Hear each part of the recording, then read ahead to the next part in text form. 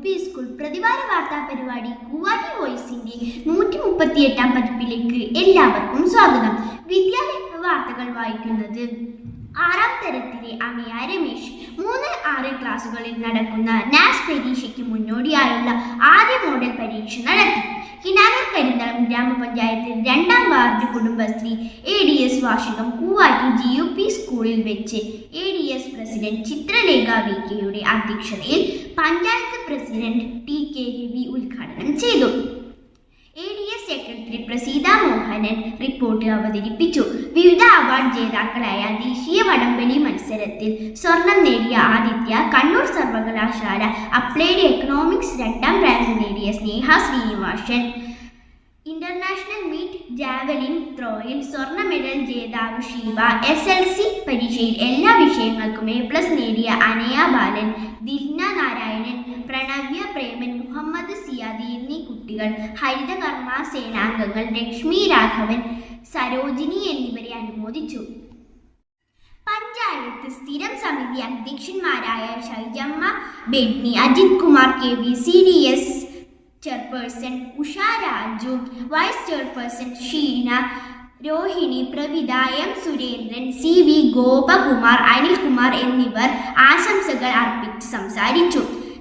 വാർഷികത്തോടനുബന്ധിച്ച് പയ്യന്നൂർ ഫൗണ്ടേഷനുമായി ചേർന്ന് സൗജന്യ നേത്ര പരിശോധന ക്യാമ്പും ചോയിക്കോട് കുടുംബാരോഗ്യ കേന്ദ്രത്തിന്റെ നേതൃത്വത്തിൽ വിവാ ക്യാമ്പും അനീമിയ ടെസ്റ്റും നടത്തി.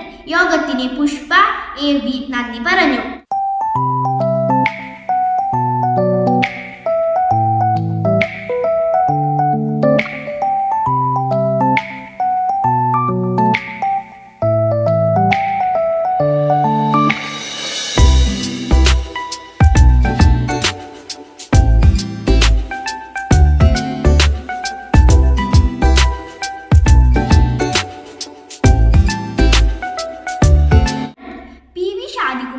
ജാനകി ഉണ്ടാക്കിയ കഥകൾ എന്ന പുസ്തകത്തെക്കുറിച്ച് ചർച്ച നടത്തി.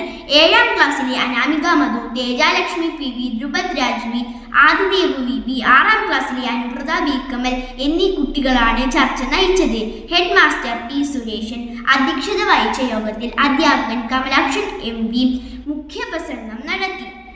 ഇതിന്റെ പ്രചരണാർത്ഥം നടത്തിയ സ്റ്റാറ്റസ് മത്സരത്തിൽ പ്രീ പ്രൈമറി ടീച്ചർ രസ്ന 1ാം സ്ഥാനവും കുഞ്ഞികൃഷ്ണൻ 2ാം സ്ഥാനവും നേടി.